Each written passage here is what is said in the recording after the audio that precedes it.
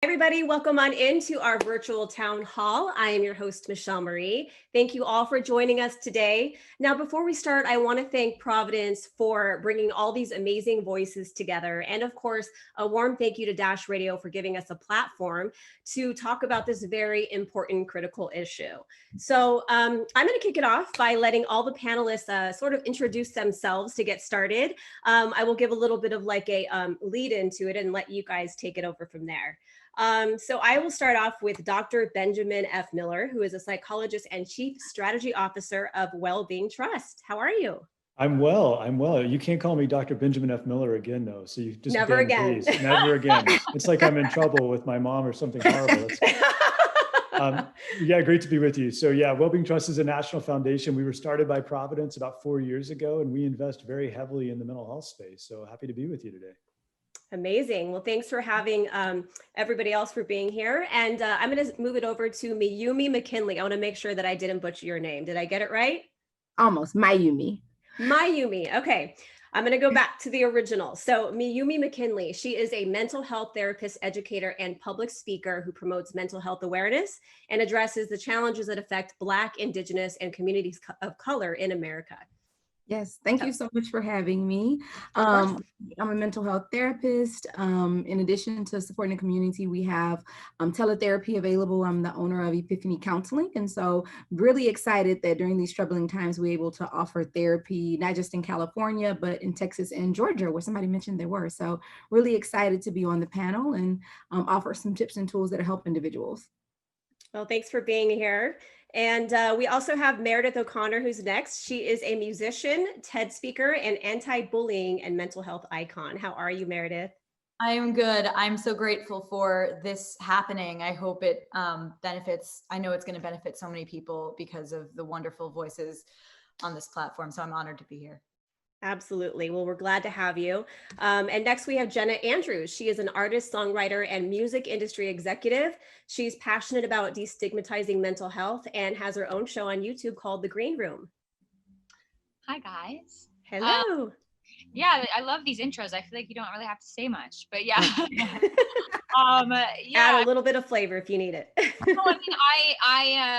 It's funny. I just started this green room talks in the beginning of when this whole thing went down. I've been wanting to do it for a while because mental health is just really important to me. And a lot of musicians, well, every musician and every songwriter and every artist I know struggles with anxiety. So I feel like there's so many people out there that could really benefit from like looking at the people they look up to and realizing that, you know, they're not so isolated. And I think this year has really taught us that, you know, that we can all come together. Yes. So I really thought this was appropriate time to do it, but obviously continue that after, you know, COVID too, because I think it's just really important for people to, again, just feel united. And I think it's made me feel really good to help other people. So through music. Yeah, it's a cathartic feeling when you're able to, you know, spread the love and feel like you can relate to others. So I love what you're doing. Okay. Thank you so much. Of course. And lastly, we have Taylor Wesley. She is joining us as a mental health speaker.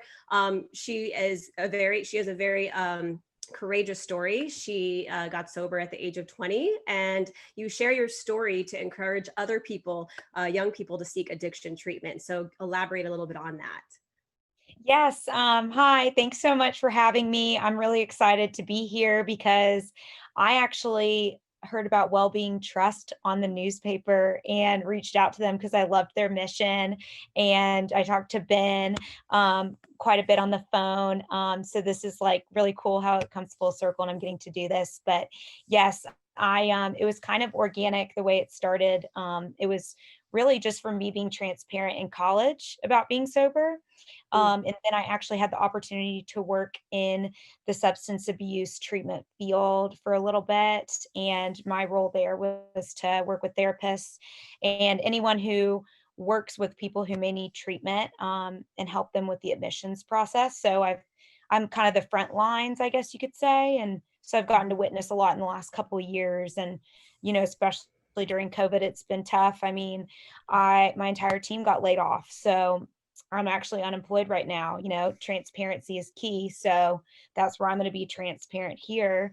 And so it's been difficult for all of us. And even me personally, I'll admit, you know, so I'm glad to have the opportunity to give some some hope to people and talk Yeah. amongst each other about the challenges going on. We really appreciate you and all of you. It's just such, like I was saying before we even started, it's just such a great feeling for me too to be a part of this, because I've been dealing with a tremendous amount of hardship, in the past 6, 7 months, and almost like the past 3, 4 years, I would say has been really tough for me. So I just feel already excited and invigorated by the conversation. So I can't wait to kind of get into some different topics. So let's just go ahead and kick it off. So it's no surprise, it's 2020. We are in some very trying times. The COVID-19 pandemic has devastated our mental health and well-being, and additional deaths from drug or alcohol misuse and suicide could occur from COVID. These are called the deaths of despair, and they are rising due to the isolation and collective trauma that we feel in our current environment of isolation and injustices. But there is hope, and that's why we're all here to talk about it. Speaking out about mental health and the stigma around it will help show others that they are not alone. Our panelists today will discuss how we can cope and all be well in today's changing culture. I have to be sure to share that this is a content warning for all of you watching. Our conversation will cover many real world issues, including depression, substance abuse, and suicide. If you are struggling, this program may not be right for you, or you may want to watch it at a later time. If you need someone to talk to, there's always help available. Reach out to the crisis text line by texting TALK to 741-741 or call the National Suicide Prevention Lifeline at 1-800-273-8255 to talk to someone who can help. Okay, so let's get started. Let's just talk about what's happening right now. We're currently in the pandemic. We're all coping with this crisis. None of us are alone in this. Let's start with Dr. Miller, suicide and addiction. Okay, that's the first topic here. So these are issues that have existed before COVID-19. Talk to us about what's happening now with the pandemic and our mental health and your work to improve the health and well-being of our nation. Well, let's just start with that point that you made about this was happening before the pandemic.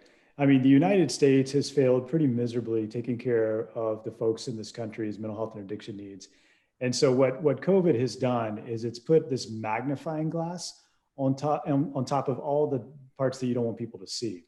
So it's exposed the areas that we're failing in. And so we've done a lot of work just trying to lift up the importance of giving people hope, no doubt, but also highlighting that if anything, this is a moment for action.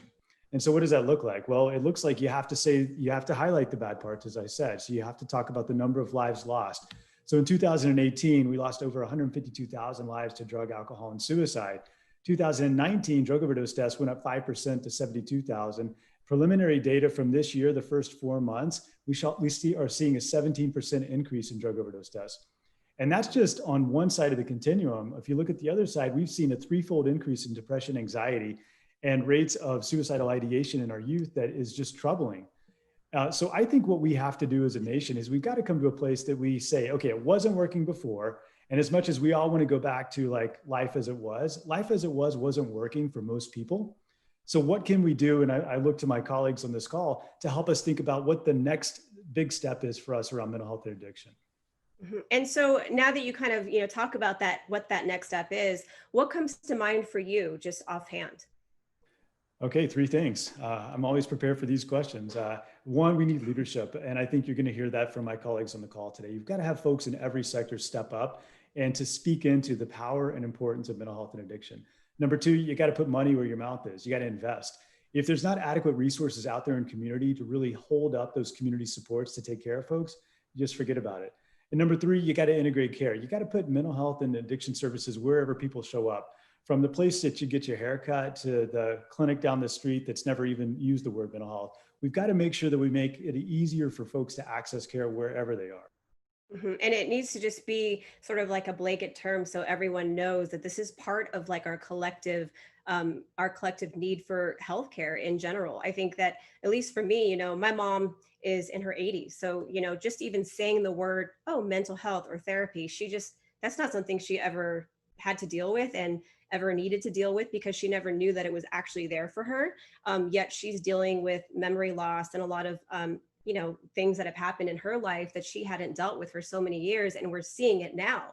So it's so interesting now that, it's almost like for me, COVID hit and now that mental health conversation just got elevated to a new level. It's actually, it's awareness that I think is actually a silver lining in what we're dealing with right now. Miyumi, so I want to go to you. Would you agree with Dr. Miller with this? And tell me a little bit about the uptick in people reaching out for help, specifically people of color. Have you seen that in your practice? Oh, definitely. I think agree with everything he said. I think COVID-19 has put a magnifying glass on issues that have always been present. And so it's kind of bittersweet. It's highlighting the areas of development that us as a country need to put some action behind. And it's also created a platform for more people to ask for help. So I have overall seen an increase in individuals wanting help, wanting services, specifically in communities of color as well, or lots of communities of color and lots of religious communities where mental health was looked at as a taboo, where it wouldn't naturally be navigated towards. People are desperate. I mean, there's been an increase in anxiety overall. People who didn't even know what anxiety was are going to the hospital ER because they're thinking that they're having heart attacks or something's wrong with them physically, and it's really anxiety. Increase in feelings of helplessness and hopelessness because of what Taylor mentioned, just people losing jobs, families changing, dynamics changing. There's emotional and physical abuse for those who their homes weren't the safest. And now we're in a place where everyone has to stay home to be safe, quote unquote. So while you're safe maybe from COVID-19, it's created unsafe environments for many people. And not to mention just the grief and loss overall, that even if it's not in your immediate family, just hearing about all of the people who have been impacted by these things, it's been such a difficult time. And those where going out was a distraction from maybe some emotional wounds and things that you hadn't dealt with, people are kind of forced to stay with themselves. You're kind of forced to deal with yourself. And it's been really, really challenging to find or adjust to the new norm. So I hope that answered your question. Definitely, it's highlighted. It's definitely an increase, which is a good thing, but I'm really hoping this platform and everyone here sharing information encourages those who may not have made that first step of seeking mental health support services, supports, encourages them to do so. I know for a lot of people in my life, people that I know that have been isolated or have been staying home, and they have a lot of fear with going out in public. I mean, obviously, everybody has a different, opinion about the virus, and their level of safety may not be the same as another person's. So, how can you kind of bring it back to, just as a whole, as a nation? We're dealing with a lot of fear and anxiety that is also coming with uncertainty. Can you elaborate a little bit more about how to cope with uncertainty, because every single day you just have no idea what's going to happen? I think for the first time, and I'd love to hear what Dr. Miller has to say and other people, I think this is the first time. They don't teach you in school how to deal with a pandemic, right? This is the first time where the people on the front line who are helping are in the exact same situation as those that they are helping. So it's created a really interesting dynamic. As far as anxiety, it is the fear of the unknown. It's the being unsure. And a lot of us, when we have anxiety, we try to control things, right? That's our natural go-to. You grasp for what you have control over. And then with the pandemic, there's not much. So it's created a very challenging situation. I've been encouraging individuals to try to find and focus on what's within their control. We don't have a lot of control over politics. We can't control the person who decides not to wear their mask. We can't control the family members that are deciding to still go out, but you do have control over your household. You do have control over what you feed yourself. So from social media, making sure that you find some positive things to incorporate, you pour into yourself, because overall self-care looks different. You can't go to the spa anymore. You can't, depending on where you are. So really embracing the fact that a new norm is being created, and that new norm doesn't have to be negative. It doesn't have to be COVID-led.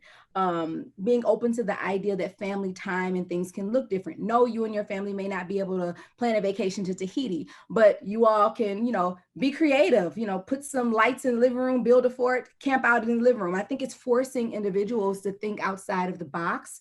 And if we are open to doing that, then we can create new temporary norms that help us stay a little bit balanced until outside opens back up again. So I would say, think outside the box. I mean, set up something in your backyard. I saw somebody get a projector. They all came outside in the backyard with bean bags, and that was the movie theater.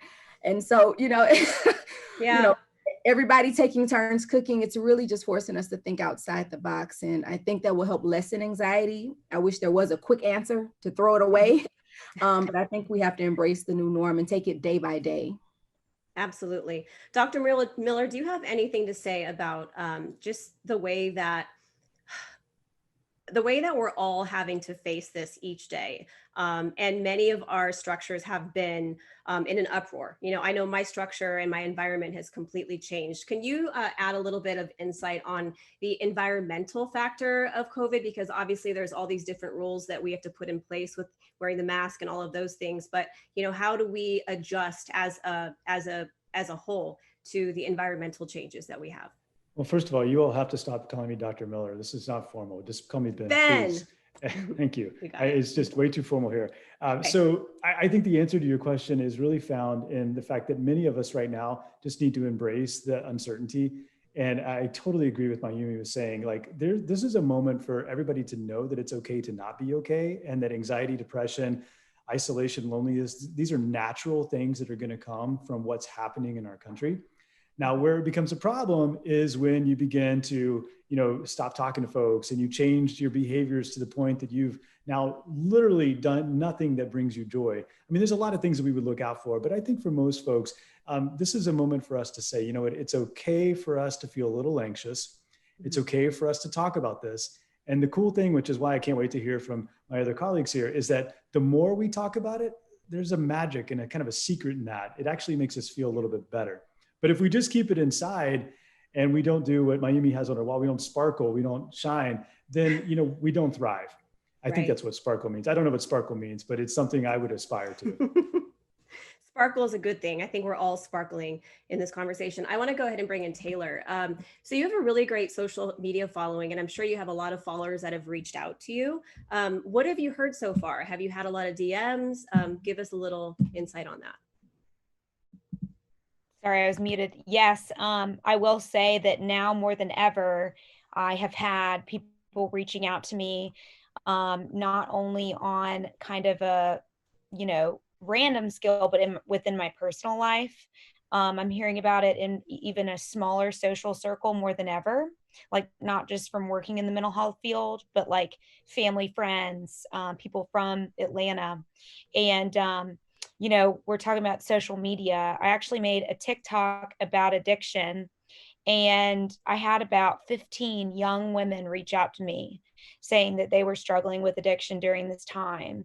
And I'm not exaggerating at that number at all. And it just goes to show, like, kind of what Ben was saying, that until somebody kind of takes that, and we all have kind of a platform and a responsibility to take that step, to put yourself out there, whether it's vulnerability, whether it's just saying, I'm here for you. Like literally at the end of my TikTok, all I said was, I'm here for you, reach out. And so giving that prompt kind of simplified it for people. And that gave them the courage to reach out to me. It's tough now because we're all hiding behind our computer screens, because that's what we have to do.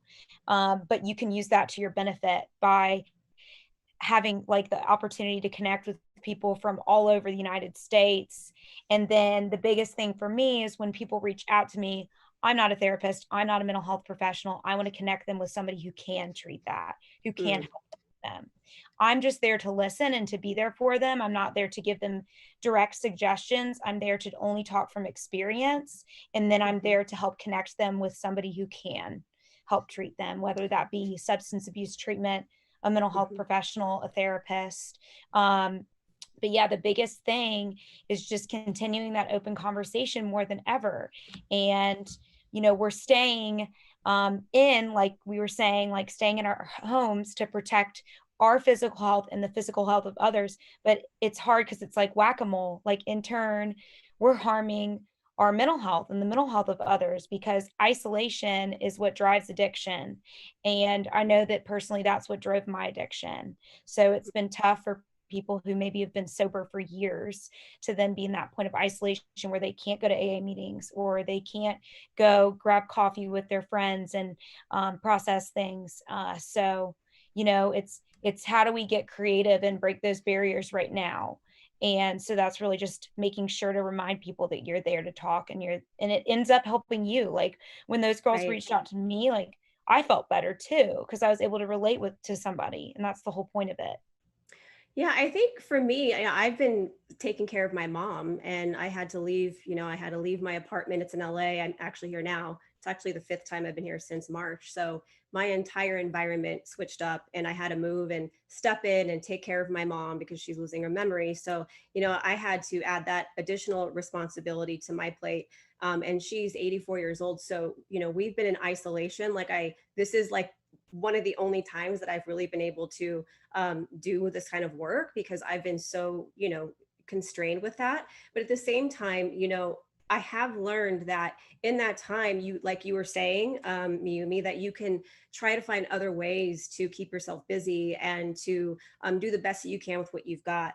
And so I did start to reach out to a lot of my friends that I hadn't heard from in a while just to check in with them because I know that those check ins mean a lot, especially obviously to all of you and also to me. Because when my friends reach out saying, "How are you? Are you doing okay? Do you need any help?" Um, you know, as much as I wanted to do it all myself, because that's just who I am, I have kind of just let my guard down and have been reaching out for help within my friendship and within my friendship community and within like my own sort of circle of friends. One thing I'm going to say is that talk about a little bit about loneliness because a lot of people are living alone right now. I'm grateful that I'm staying with my mom, but can we elaborate a little bit on that? And being so isolated to where you have that fear of leaving the house, but you have really nothing else around you except for your own mind to just go on and on and on in your head. I can maybe just direct this to Miyumi or Ben. I'll just say really quickly, I mean, loneliness can be as bad for you as smoking or obesity. And that we knew that before the pandemic, 1/3 of older adults, speaking of your mom, were chronically lonely, something that they've experienced for some time. And so our nation has had this loneliness problem for a bit. And now what we've done is it's cruelly ironic.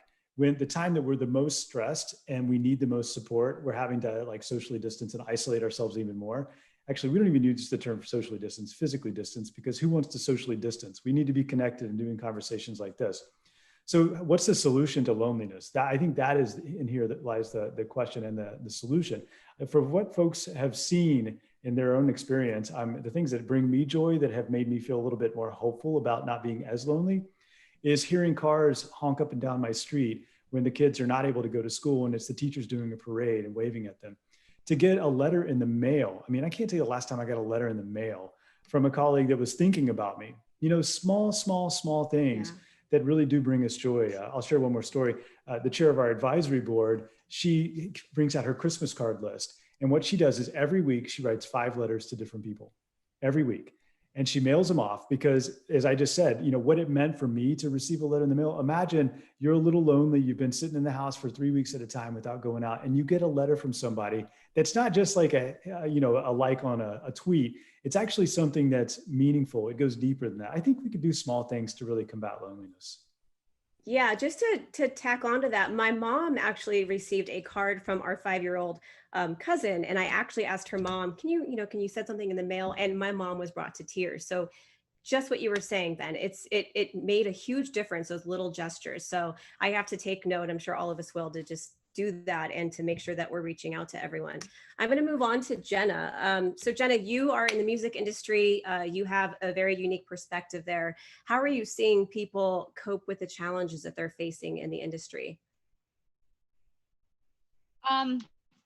Well, it's actually interesting because I feel like in music, obviously, like the touring side has been obviously super damaging for people that rely on that as income, but also just for developing artists that are like, obviously building a fan base. And, that's such a way that people can, feel like they can, feel closer to their favorite artists. It's just like there's no other like connection more than live music. So that's been definitely something. But at the same time, we're a very lucky industry as well because we've been able to really thrive in terms of the songwriting, producing angle, because a lot of people have, I have a home studio here, like, and so many people, honestly, it's challenged a lot of people I know to learn how to record themselves that didn't know how to before, and things like that. So I think it's been really fortunate for the music industry, because really in terms of the recording industry, it's really gone on very similarly. And also it's taught us I mean, I think to your guys' point too, Benjamin, about like just how to like, you know, succumb to like loneliness or whatever and help, you know, cure that. I feel like the thing that's really good is I think it's forced people to just like the amount of times that like everyone FaceTimes now, like, you know what I mean? It's like it was like people forgot how to just call. It's like it's like actually funny, but great in the same time, because it's like, how cool is that? Like you might be feeling so lonely, but now it's so normal to FaceTime and see people and have that connection. As much as you like think, oh, this is so good, we're just talking on Zoom or FaceTime, there's something very weirdly, I know it might sound funny because we're not robots, we're humans and we need to like interact, but at the same time, there's still an energy exchange. And I'm like, obviously a weirdo creative person, but I'm all about like esoteric, like, you know, touching the universe and all that stuff. But I do think it's like, if you're even somebody that thinks logically, it's like very physics based, right? It's like, we're just exchanging energy. And I think there's something really cool about that. Like being able to sit here and be like, hey, like we can really develop a friendship, and I potentially haven't met you before. Like that's something that we're all learning in 2020. And like, I think somebody said in the beginning, like, I just don't think we're going to go back to any kind of normal we ever had before, but that's good. I mean, I think that that's a good thing. And I think it, in a way, like we have to come out of this with the positive stuff we've learned, not just the negative things we're going through. And that's sort of how I like to look at it. Cause I'm like, wow, this is, I mean, another theory I sort of have is like, is this like sort of the grant? I mean, it is kind of ironic. This is 2020, you know what I mean? It's like 2020 vision. This is the universe's way of saying, this is basically like, you know, the Hunger Games, I feel like, you know, it's like, okay, survival of the fittest, like, let's go, you know? And I hate to say that and it sounds, but there's something very like interesting about what's gone on this year. And I think in the sense that like, hey, it's taught people to, you know, maybe to worry about their health more, you know, like maybe they didn't eat properly before, maybe they didn't pay attention to things because they were going too fast, or, you know, maybe now they're forced to eat a certain way.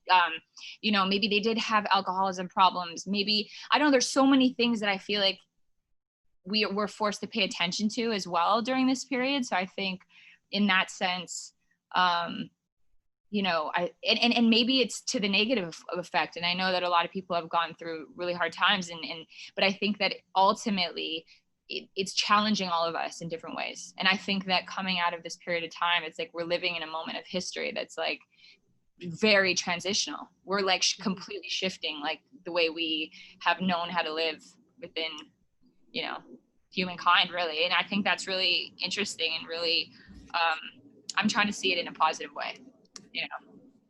Yeah, and that's the key too for me. I'm just trying to look at the time that I have with my mom and the times that I have to get things done that I never actually attended to.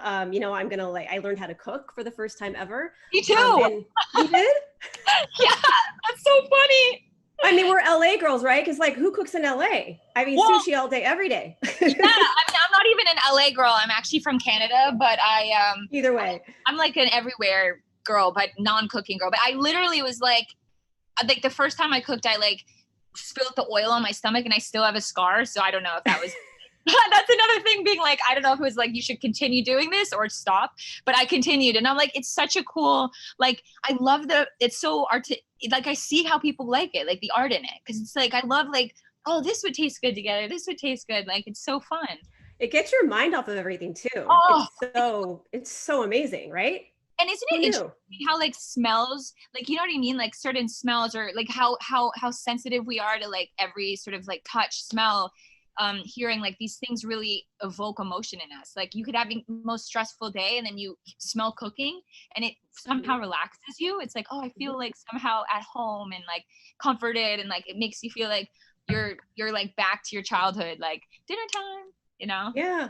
Well, I mean, this is the thing, is that we have to do things that we had never done before because of the situation. If we're on lockdown, we've got to, you know, we have to buy groceries, we have to have delivery. Like I learned all new things. But I feel like we're in a place where this is like for me, 2020 is like a reorganization of everybody's life. Like there's no one that has not been affected by this pandemic. 100%. So it's really just about how you look at your life as a whole. And I think Miyumi, you were saying before about like having to face yourself in the mirror. That is something that I think about that Michael Jackson song, Man in the Mirror. I thought about that a few months ago. And you're really having to look at yourself in the mirror and evaluate your life. And so for the people that have to, that, they either use or they run away from it, or it's like the escapism thing. There's really no escaping yourselves, right? Right. You have to, I tell my clients all the time, you have to take yourself with you wherever you go. So you get, there's no running. Was Jenna, were you about to say something? No, I agree. I was like, no, I'm like, no, I was saying that, no, I think the interaction between mind, body, soul is like something that's always been like, so, I mean, that's such a real thing, because it's like it is, you have to protect your body as if it's like your temple, like it is your like your house, right? It's your house for your organ, like you're literally, yeah. So it's kind of like thinking of it that way. You're like, wow, like how much control you have of your own, like what you actually can control, what you're consuming, what you're doing, the exercise you're doing, like there's so much stuff, and you have to think your mental, and it all sort of relates back to like one particular thing, I think, right? It's like, and I think that is that challenge in itself is so hard. I mean, it's very hard. Listen, I always find as myself, and I don't know, I'm sure you guys would probably agree, like it's so much easier to like tell someone else than to actually do it, like practice what you preach. I find myself speaking these things and I'm like, God, why can't I do it? Like I gotta tell myself these things, Yeah. Meredith, I want to hear from you. You're also in the music industry, and you've spoken all over the world. So, you obviously have a lot of fans that have been reaching out to you, I'm sure too, during this time. What has your experience been like so far during COVID? Well, let's start here. I did my second world tour and stopped halfway through because of a relapse in anxiety. I was recently, this is all exclusive information that I wasn't planning on, that the press doesn't know and my fans don't know in depth, but I am doing a project alongside NAMI, the National NAMI in America, which does wonderful work, and a bunch of celebrities that a bunch of friends I have that are also artists around the world, titled You Are Not Alone, inspired by something I learned when I first went viral and had record label executives tell me not to talk about bullying because it won't sell. And I did it anyway.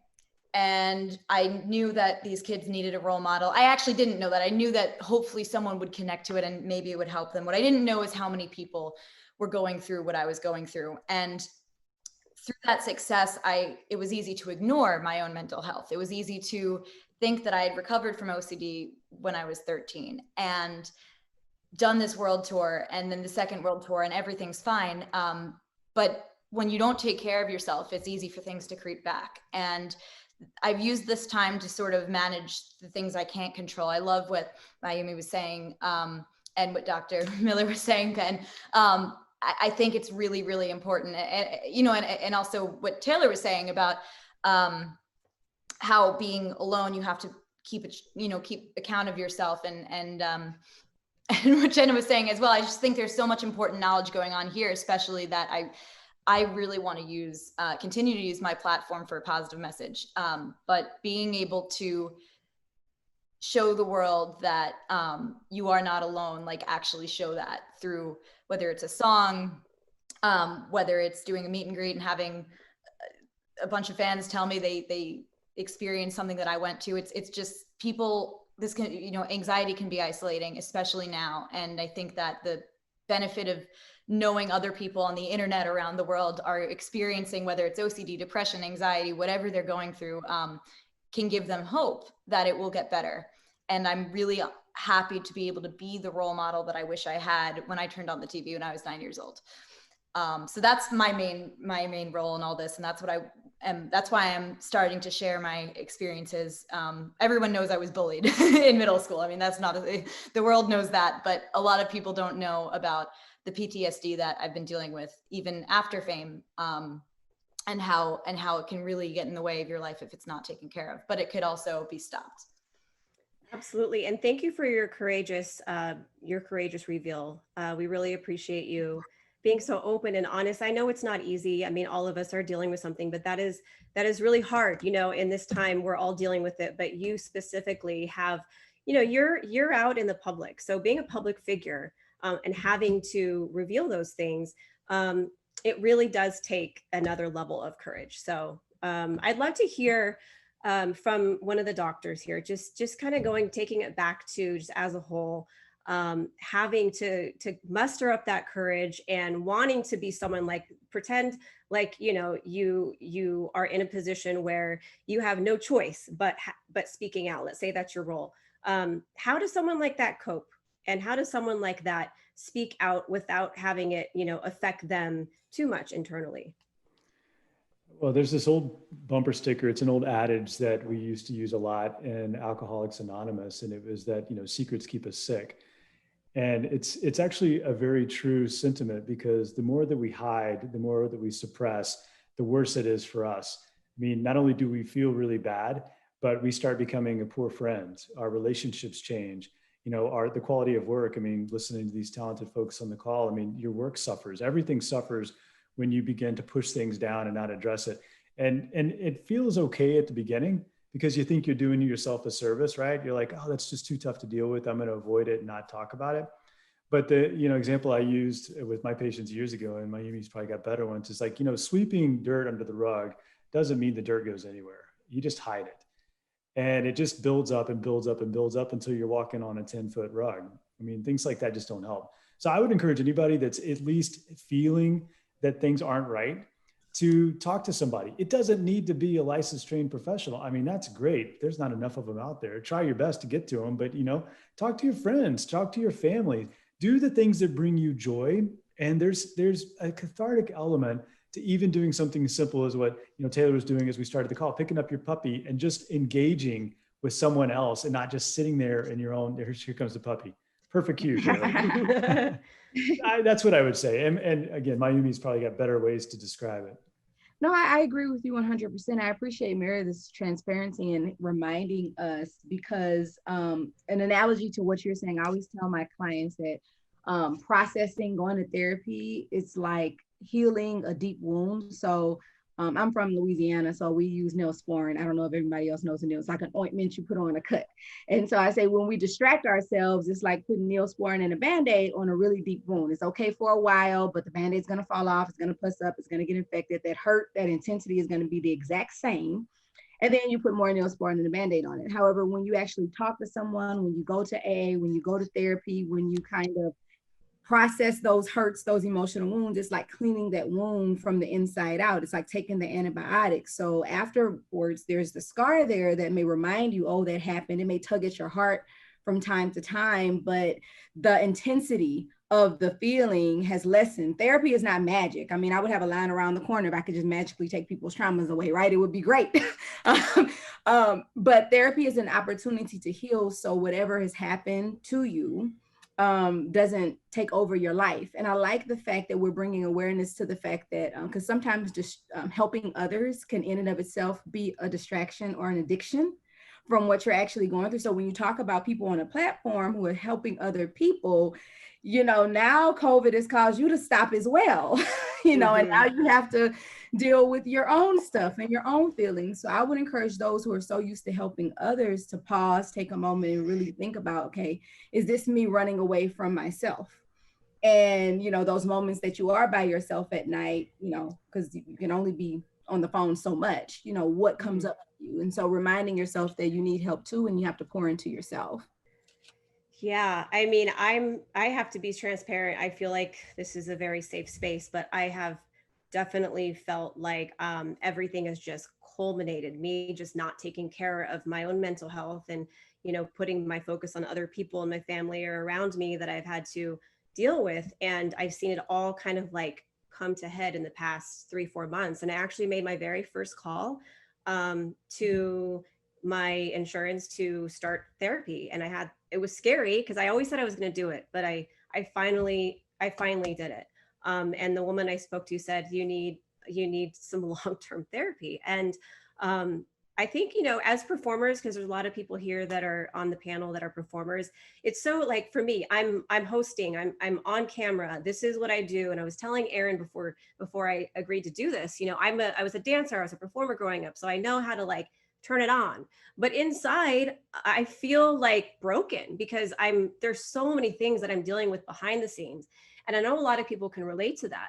And just kind of tying that in with social media, even so, you see everybody posting how great their life is. And there are some people that are very open. Many of you are very open about it, which is fantastic. But there's just a lot that just kind of musters up inside your brain. And for me, like I don't know about you guys, but I'm an overthinker. So if I'm alone, I mean, I got my mom to talk to, I can call a friend, but I overthink. And like my brain just goes like this, like this, like this. And then it's done. Like I shut out. And that's a bit of anxiety because when we're overthinking, you're not creating like wonderful stories. Like when COVID's over, I'm gonna go on vacation. I'm gonna meet the person of my. It's usually self-destructive, the worst case scenario. So it makes it very difficult. Catastrophizing has been so problematic for me. I mean, it's hard not to do that because, I mean, I'm sure you all see it. It depends on how much media you're consuming, right? Like for a while, I was watching the news. As a journalist, I want to stay up with what's happening. So I'm watching the news every single day. And I realized I got to shut this off. It's too much. It's way too much to see. I want to bring in Taylor. We're going to kind of delve into the next topic here, the deaths of despair, and talk a little bit about addiction and suicide. So Taylor, you're coming from a very unique place as a former addict and also recovering addict. So can you share a little bit more about your story and the impact that you're seeing during the current pandemic? Absolutely. So I'll try and give like a very short story because it usually takes about an hour. But basically, I'm from Atlanta. I grew up in Atlanta, and I grew up in a very loving, sheltered home. I went to private school, did not drink in high school, really. We had very strict policies. So, but the thing that I realized later on is that, we talk about, you were talking about the bandage. I had some serious anxiety disorder, OCD. I was diagnosed with PTSD from a car accident I was in. I thought I had ADHD. My parents knew something was off, and I always felt like a project that needed to be fixed. And that's something I talk to parents about when they're sending their loved ones or their children to treatment.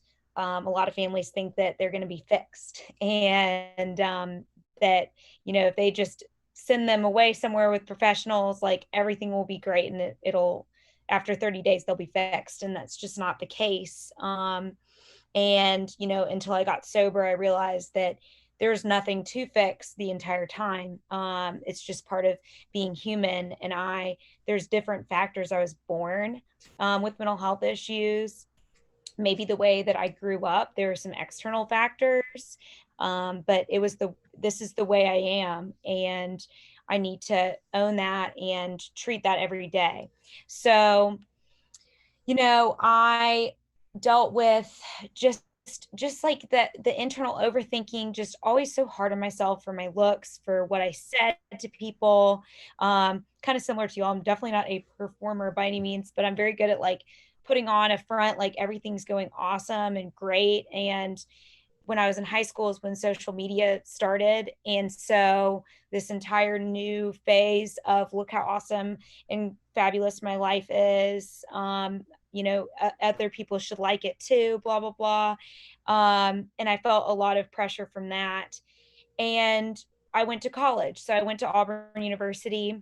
Surprised I got in, to be honest, because I had such bad anxiety. I really couldn't pay attention in school. So that's another thing that people don't talk about is like mental health can really affect children and education. And you may think that it's them not trying or them not going to class, like playing hooky, but there could be some underlying issues going on there. And mine was I couldn't stop my mind from racing in class. And so I got into college, and when I went to college, I was like, wow, I can do whatever I want now. I can be whoever I want. I don't have to take my anxiety medication that made me fall asleep on the floor. I don't have to go to doctor after doctor. I can just start fresh. And one of the first nights I went out in college was really the first time I got drunk. And I remember like the feeling, um, it was like the cure for everything for me. Like when I took that first sip and I felt that first buzz, I thought, this is it. Like, I don't feel anxious. I don't care what people think about me. I don't care what I look like. I feel on top of the world. I feel invincible. It was the first time that my mind was quiet. And so I just never wanted that feeling to stop. And that's how simple it was for me. Some people talk about a slow progression of an addiction, a progression maybe into drugs. Mine was solely alcohol, and a lot of people are like shocked by that. But alcohol is a drug as well. It's just one that's in every grocery store, every gas station. It's all around us. But it's just as serious, if not more, than other drugs. And the fact that it's more accessible and socially okay.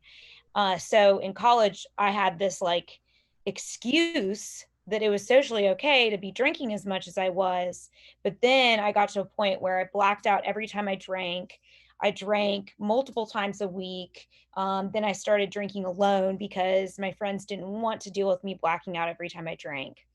And so I felt that anxiety that when I woke up and I didn't remember what happened the next morning from blacking out, I didn't want to deal with that anymore, but I still wanted to drink. So I would drink alone in my room, and that isolation is what really drove the addiction to get to be an everyday thing. I hated being sober towards the end of it. Like I couldn't stand myself when I was sober. The more and more I drank, the more and more I forgot who I was sober. And so it got to the point where I was failing out of school, and my parents, gave me warning signs and finally pulled me out of school, and I went to treatment from there. Um, I will say the last time I drank was May 16th, 2014. So I'm about 6 years sober now. I'm 26.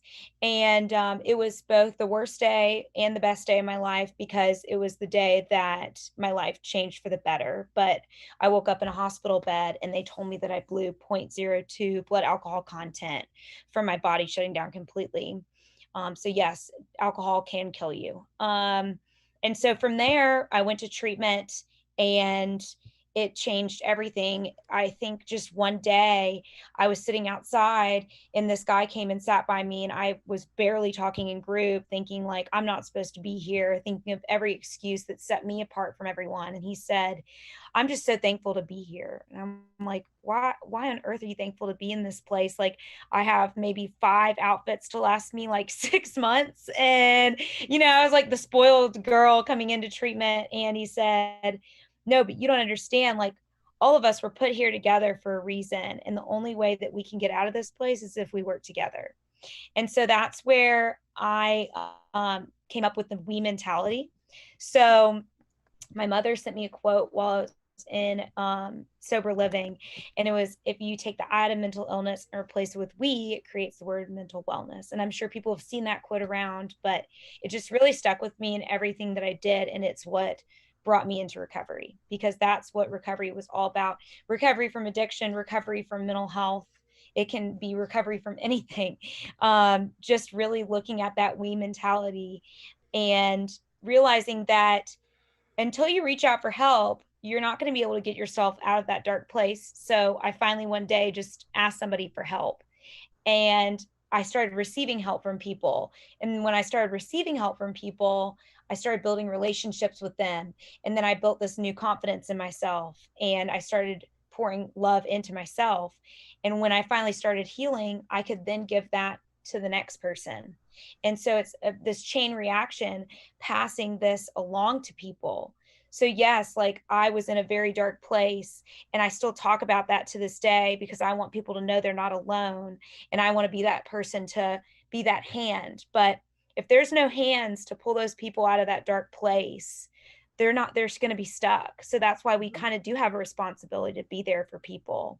And so, yeah, I went back to school. I went back to Auburn University, and I kept it a secret for a little bit. But then one day I got up and I thought to myself, this isn't what I'm supposed to be doing. I'm not supposed to be like keeping a secret about my recovery. Like, this is who I am. And if people don't accept that, then I probably don't want them in my life anyways. So I was very transparent about just like being sober in college to everyone. And I never had one person really say anything negatively about it. You know, we have this like fear, this false evidence appearing real, and this fear that the stigma, it's like not even stigma, like doesn't even exist. It's something that we create in our own minds. And so I had this idea that I would have a stigma attached to me if I said that I was an addict. And honestly, when I was open about it, I realized that there's no such thing as that. And I helped by breaking that stigma at my university, and other people joined alongside me and were open about their stories too. And so that's kind of how the speaking got started. But yeah, so that's kind of how everything went for me. I'm so thankful to be here today. And you know, another thing too is that I'm no better than anybody who's on day one. That's another thing. Like staying humble through that whole process is very important. And so you know, being on the same level as everyone. Thank you for So yeah. sharing that. Thank you for sharing that, Taylor. You know, I also have dealt with addiction within a very close knit part of my family. And, you know, I was thinking about how in this time that I've been dealing with COVID, thinking about how much it actually has affected me directly, not even realizing that I had been affected for so long. But it is about that connection with the person that you love so much, that has really kind of, you know, evolved the dynamic between me and the people in my life. And just knowing that it's almost like as if when you feel acknowledged and that you feel like that you're okay and that people accept you for who you are, it's almost like you can just speak about it. So that's what I've seen in my own life. I'd love to talk to have Ben or Mayumi talk about a little bit more about addiction. What are some of the common misunderstandings or the myths that people may not know about? What can we be aware about as far as these two topics?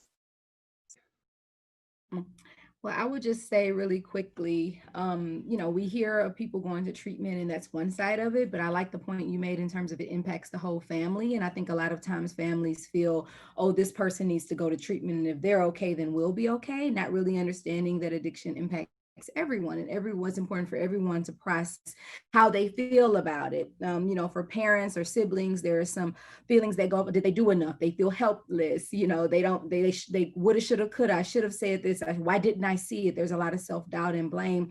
And so a lot of the attention goes to the person with the addiction, but you fail to process and heal yourself in terms of understand how it impacts you. And so I would just leave it with the families of loved ones who are at it while you're supporting them. Make sure you all are doing the processing and healing, because when that person hopefully becomes sober, that's another change. And so everyone being in the healthiest emotional space possible, everyone growing together is going to make it even more successful once that person returns home. Mm-hmm. And there's like a sense of guilt or shame sometimes when you are off. Like for me, I'm off, you know, doing my thing, I'm working, I'm trying to achieve and trying to do the best I can in my own life. And knowing that other people in your life that you love are suffering, you feel that helpless feeling. Mm-hmm.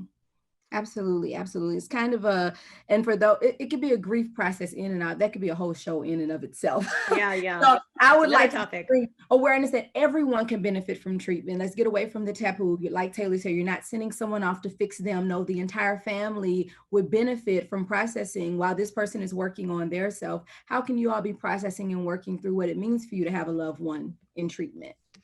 Mm-hmm. Anything for you to add, Ben?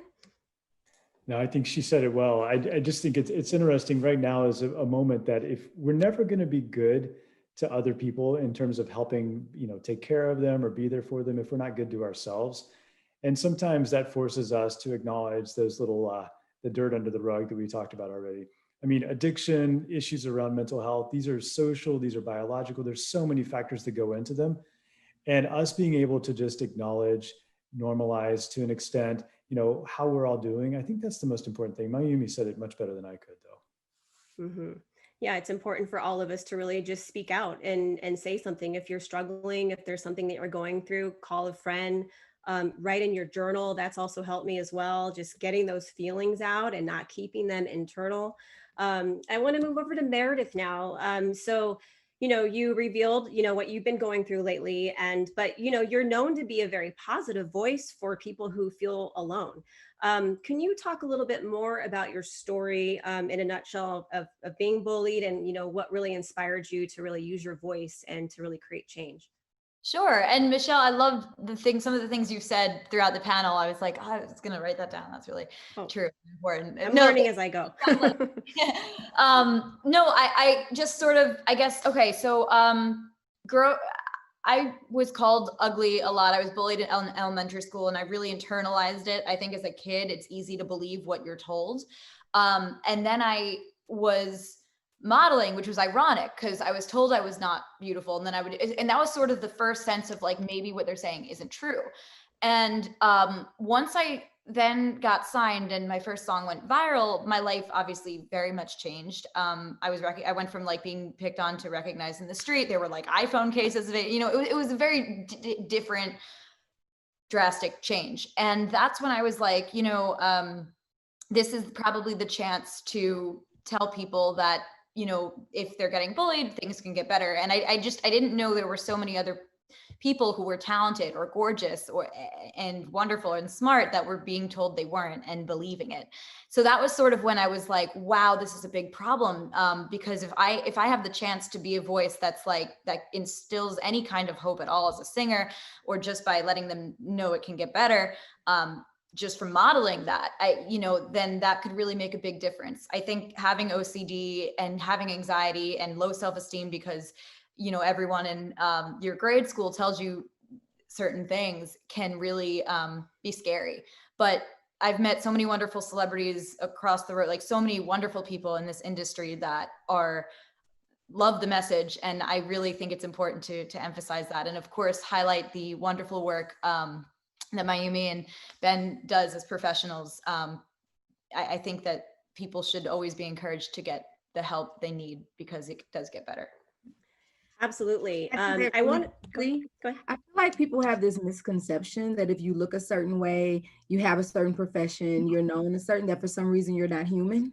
It's like you're you're not human. You don't have feelings somehow because you look a certain way, or you have this many followers, or you live in this home, or you got this degree. You are protected from life, and that's not true. And so I think just recognizing that all of us are human, no matter what. And coming forward, and people like Meredith and Taylor and sharing their stories and sharing, and even you, Michelle, sharing your experiences, we're all normalizing that right now. So I just wanted to add that. I think we forget. Yeah, absolutely. I think it's so important to be real. And at the end of the day, like if you're hiding behind a shield, you're not being real with yourself. You're not being real with other people. So it just eats up at you inside. Like I was saying, the overthinking and all of those things. I want to go into the next section here just to talk about going back to like social media, because we talked about it earlier. Social media is obviously like it's in our face every single day. There's a lot of beautiful things about it, a lot of things that are really, really tough about social media. But the good thing about all of us here is that we have influence, and there's people that want to reach out to you directly. What is your strategy and I'll just direct this at Jenna, knowing that a lot of young people look up to you and they look to influencers for guidance, what do you feel is your responsibility to your audience? Because knowing that we have these internal feelings, you don't want to give someone the wrong advice, right? So what is your responsibility? How do you describe that? Yeah, so that's a really good question. I really think that my responsibility, especially as two things, I mean, as a songwriter and as a female, I find that really important as well to deliver the message that, there's light at the end of the tunnel, and not to be like, oh yeah, it's like a cheesy cliche thing to say, but there really is. And even what Meredith was saying, like in terms of the bullying thing, like I was also bullied, and I'm actually about to do an episode with Rebecca Black, who was bullied, obviously with her song and all of that came out years ago or whatever, but she's obviously risen to be such an amazing person and also a musician. And I feel like, these are just examples that I think of young girls or musicians or whatever coming out and being like kids that are scared to like maybe live their dreams because they feel like they're not good enough, or like Meredith said, like maybe they're not pretty enough, or they're not like all these things. And it's I think it's our responsibility to encourage that and make them feel like they're not alone, which is again why I kind of felt the responsibility to do something like the Green Room, because it's like, if you think about it, they're like the people they're looking up to, they have an opportunity to listen, like these stories that all of you guys have said today. It's like, think about that. If you're like, put yourself back to when you're in elementary school and had the opportunity to, you know, somebody you looked up to and you felt really awful about yourself and you're like, oh my God, they feel the exact same as me. Like, that's crazy. And so I think in that sense, just to be, it's funny because I think as creatives and if people that, you know, if you want to say influencers, or if you want to say like somebody that wants to have a voice, right? I think it's our responsibility to be, I guess, vulnerable and open and comfortable expressing what you go through. Because like, obviously that's the only way that you can help people, because you have to be raw and honest and prepared to, you know, take that. Because not everybody's going to like, people will, and I'm sure it's happened to everyone here, like come at you on social media and be like, I hate feminism, or I hate this. And you're like, you know what, fuck off. Like, I don't care, you know, like, and it's important. No, but I mean, like, listen, it's, you have to do that though. Like you have to be, and I believe that. I think that you have to stand up for something that you believe in as much as it, you know, so. Yeah, I noticed that you interviewed Anna Clendenning, right? Yeah, exactly. Yeah, I love her. I shot her music video. I did some behind the scenes with her, and you know, she's all about speaking out against you know, against the stigma. And I think she's done a wonderful job. So it's so nice to see artists. And obviously this is a really big conversation in the world of entertainment and sports. I mean, we've got Kevin Love in the NBA who's advocating for mental health, and just Lady Gaga, the list goes on. So I would like to direct this to Ben and Mayumi. What are some of the things that we can do? Because obviously celebrities, we look up to them. You know, people want to follow their idols and they want to kind of model after some of the things that they're doing. So speaking out and having a platform is great. But just for, you know, for the everyday person, what kind of advice can you give to them and how they can, you know, reach out? What are some of the things that they can do to start to heal and start to cope? I'll start. I think the first thing, as all of us have been saying, is recognize that something's going on and being open to asking for help. I think that's the first step. It can be challenging finding a therapist. You know, you have to call the insurances. It can be very anxiety provoking, but I think making the first step in seeking therapy, seeking some type of group, I think seeking some type of help is the start to change. Not expecting yourself to be perfect for those who are high work ethic go-getters, and you know, now they're being faced with some challenging times, or you know, things are coming up for them because we're by ourselves. Just recognizing that. The entire time you were talking, Michelle, I just want to say it because it's been on my heart. We talked a lot about people putting up a front, or people, you know, being able to hide behind the screen. So I would just say it's one thing to deceive others. It's a totally different thing to deceive yourself. And so I think COVID is creating a place where it's really hard to deceive yourself. There's less distractions. And so I would just I'd leave everyone with that. Therapy is an opportunity to heal. It's an opportunity to break generational curses. It's an opportunity to break generational cycles that are unhealthy. And you deserve it. We invest in everything else, and it's just simply an investment in yourself. Mm-hmm. And how about finding those resources? Where can they turn to find those resources? I'll say really quickly, I want to hear what Ben has to say. There's psychologytoday.com if you want to find a therapist. For communities of color, there's therapyforblackmen.org, therapyforblackwomen.org. There's therapy for Latinos. Like, you can Google it, it's there. You can always, in California, you can always call 211, which is kind of like an information hotline, and whatever you need. Hey, I need help with finding therapy. I need help with finding help with my bills, food, shelter, anything. You can dial 211. And there's always the suicide hotline that you can text or call if you need support. Great. Yeah, I would just add, I mean, that was so well said. I mean, first of all, thanks for the stories. I mean, the courage, the authenticity, I mean, it's just inspiring. And I think there's a reason that you all are making a huge difference in the world. I think it begins with just your hearts and your willingness to be open and transparent. So thanks to each of you. It's been really inspiring today. You know, I'm a policy wonk. And so I think of myself as like the punk rocker of health policy. I want to disrupt the system, you know, light a few couches on fire, throw them out the window. because it's just not working for folks. And so if there was one thing I was going to say and challenge folks to do based on this conversation, is to demand for something better. You know, it's one thing to be there for each other, but when you need help and you have to go and enter into the system, it's really frustrating for a lot of folks. It's extremely challenging, and sometimes care is just not as easily available as it should be. So that's why I do policy. I think that each of us needs to be able to feel comfortable going to our legislator, our local representative, you know, members of Congress, whoever it might be, and telling them what you think needs to happen to advance mental health in this country. Just to give you one data point on this one, if you look at how much money has gone into our COVID response, it's in the trillions. Do you know how much money has gone into supporting mental health? It's about $425 million. Oh. That's 0.02% of the 2 trillion that was a part of the first stimulus package. So we have a major, major problem right now that our leadership has not addressed. And with tremendous respect for each of you, you have amazing platforms to be able to inspire and to encourage and to get folks to do more in this policy space. It's not just my responsibility, it's all our responsibilities. It begins with voting. It begins with making sure that you're registered to vote. Let's remind folks as we head into November. And it begins by having your voice heard at the ballot box and with your local representatives. Mm. I second that motion. I 100% think that this is what we need to be focusing on. And if there's any silver lining that I believe has come out of this COVID pandemic, is that we are actually starting the conversation and taking it to a new level when it comes to mental health, but we're not done yet, right? We're not done yet. I'm going to go ahead and let everybody just kind of, you know, free for all. If you have any final thoughts or anything that you want to say to the audience, what you want them to take away from this conversation that they may not have already. I'll let you guys just go. Well, actually, I was just going to add to what Ben was saying in terms of it's our responsibility to give back to mental health, because it is very important. Oh, we lost That you. was going to be so good. We could we'll have to like this tack one. that on later. Go to her Instagram and then we'll have her give a shout out to her friends and just finish it up. Oh, there she goes. Oh, she's coming back.